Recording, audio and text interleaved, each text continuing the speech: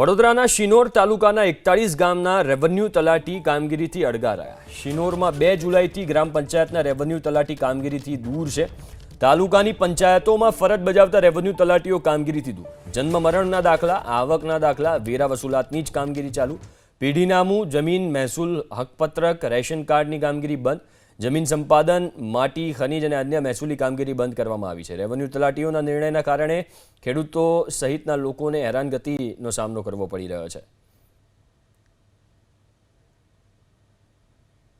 ગ્રામ પંચાયતના તલાટીશ્રીઓ દ્વારા જે રેવન્યુ કામગીરીનો બહિષ્કાર કરવામાં આવેલ છે તે સંદર્ભે અમારે જે ખેડૂતલક્ષી કામગીરી માટે અમે અમારા પોતાની અવાખાલ ગ્રામ પંચાયત ઉપર આવતા હોય, ગ્રામ પંચાયત ઉપર જે કામગીરી ના થતી હોય, જેને અનુલક્ષીને અમારું ખેતીકામ અધૂરું છોડી અમારે ખેતીકામથી અળગા રહી એ અમારે રેવન્યુના કામ માટે અમારે તાલુકા પંચાયત શિનોર રેવન્યુ તલાટીશ્રી પાસે જવાનું હોય, અમને ઘણી અગવડતા પડતી હોય અને અમારો સમયનો વેડફાટ અને પૈસાનો પણ ઘણો વેડફાટ થતો હોય, એ કામગીરી આગળ ગ્રામ પંચાયત દ્વારા થાય એવું અમે ઈચ્છીએ છીએ।